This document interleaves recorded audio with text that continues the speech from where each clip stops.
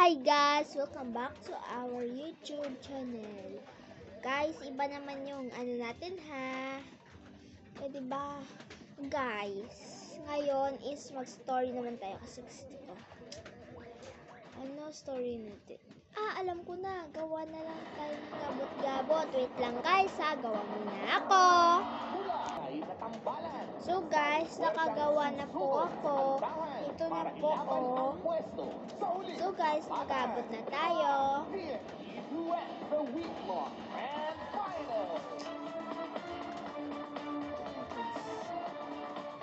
Humanda ng payanig sa mga tambalang may ginito ang tinig. Ito ang ikalimang araw ng Barbie in a Fairyland. Ito guys. Yan. So, ito nag-abot natin. Sige, wait lang. Ako ng story. So guys, nandito na yung Barbie in a Fairyland. Sorry guys, na-UP ako. Kung na ito yung ginagamit. Yung niya talaga? Oo, UP no. Magsimula na sa ating story. May pangmalakas sa tayo. Wala. Finals na bukas kasi. Dito bukas ha. Namimitas ng bulaklak si Barbie sa harvest. Isang bagsakan. Naagawang pansin niya. Joke na lang lahat. Agawang pansin niya na isang napapagandang paru-paro. Parang may batubalani. Wala, kahit isa Ang wala. paru-paro. Wala. Bukas ha.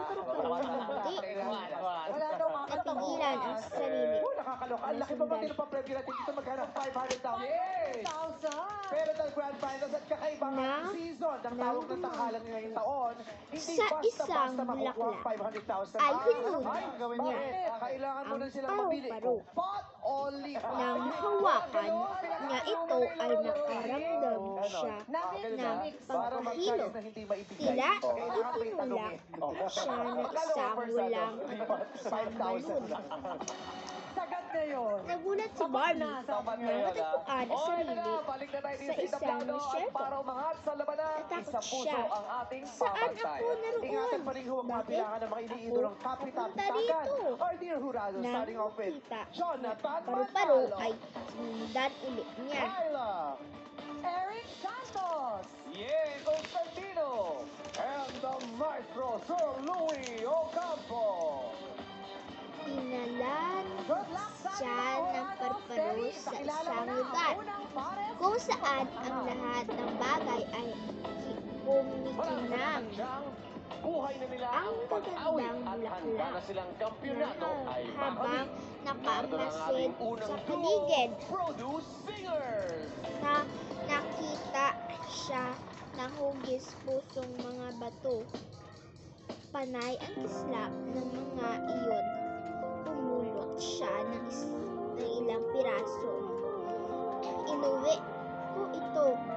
Gagawin ko palamuti ang aking silid.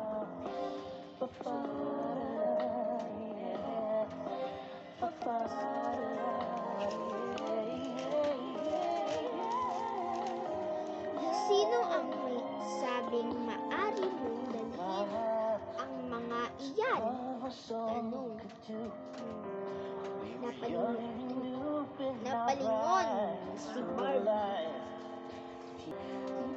Napalingon si Barbie. Natakot siya nang makita ang hugis ng babaeng bato. Galit ito nakatigil sa kanya. Nakatingin pala as in, so hindi ako nabitawan ni Barbie ang hawak. Pagkatapos ay mabilis siyang tumakbo.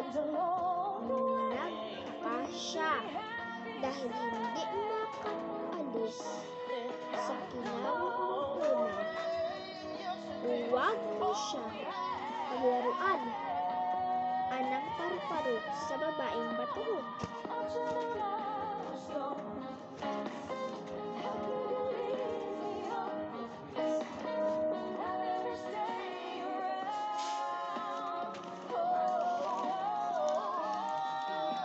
Siya ang makapag-aalis ng sumpa ni Delphenia.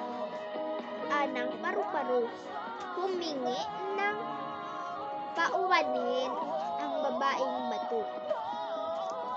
Pagod na akong tumayo ni Pito. Gusto ko nang bumalik sa dati kong anyo. Tulungan mo ako. Sa tanong ni Barbie. Paano kita tulungan?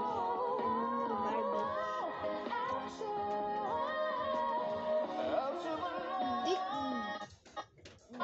Tikin mo ang dula mong mga bulaklak. Pagkatapos ay ihilamos mo sa kanya. Utos ng paru-paro. Sinunod ni Barbie ang gusto.